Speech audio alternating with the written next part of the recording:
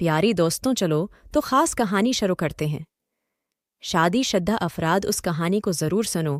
اپنی شوہر اور ساس کو میں نے چائے کے ساتھ نیند کی گولیاں ملا کر دے دی تھی، اور اب مجھے اطمینان تھا کہ صبح ہونے سے پہلی ان دونوں کی آنکھیں نہیں کہلے گے۔ یہ دونوں کبھی جان نہیں پائیں گے کہ آج رات کیا ہوا تھا۔ میں نے اپنی ساس کی کمرے میں جھانک کر کیا، دیکھا تو وہ بھی خبر سور ہی تھی۔ میں نے پھر اطمینان کرنے کے بعد اپنا لباس بدلا، چہرے پر میک اپ کیا، اور جب آئینے میں اپنا تنقیدی جائزہ لیا تو میں بہت ہی زیادہ خوبصورت لگ رہی تھی۔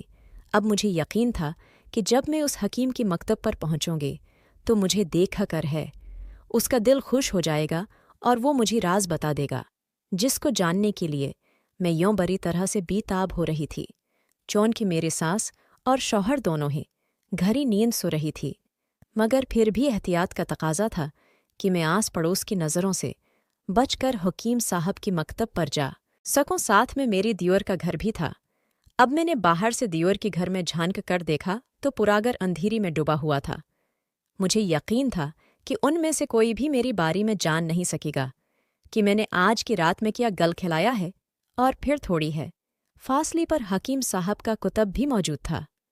حکیم صاحب کے گھر میں بیوی اور بچی موجود تھی، جس کی وجہ سے انہوں نے مجھے گھر کے بجائے مکتب میں بلایا تھا۔ گھر میں مجھ سے ملاقات کرنا ان کے لیے ناممکن تھا، اور پھر جب میں مکتب میں گئی تو حکیم صاحب میرا انتظار کر رہی تھی۔ مجھے دیکھ کر ان کی آنکھوں میں واضح ستائش ابھری تھی۔ انہوں نے مجھے اپنی ساتھ زور سے بھینچ لیا اور میرے کان میں مخمور انداز میں سرگوشی کرتے ہوئے کہنے لگی کہ تمہیں کسی نے یہاں پر آتی ہوئی تو نہیں دیکھا۔ میں ان کی قربت سے گھبرا رہی تھی، یوں بھی میں پہلی بار کسی مرد کی یوں قریب ہوئی تھی۔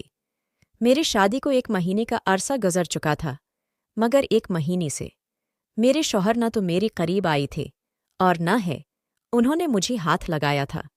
شروع میں تو میں اپنی شرم کی وجہ سے میں خاموش رہی۔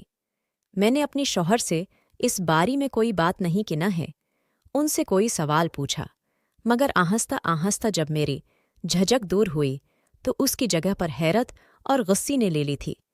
مجھے سمجھ نہیں آتی تھی کہ میرے شوہر میرے ساتھ اس طرح سے سلوک کیوں کر رہی ہیں۔ کیا وہ مجھے پسند نہیں کرتے تھے؟ کیا ان کے دل میں کوئی اور لڑکی رہتی تھی؟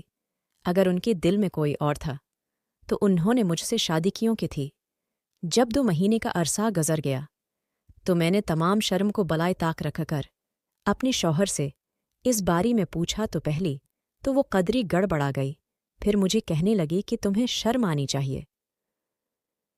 میری پیاری دوستوں، اگر آپ کو یہ کہانی پسند آ رہی ہے تو میرے چینل کو سبسکرائب ضرور کریں تاکہ آپ کو مزید ایسی اچھی کہانیاں مل سکیں۔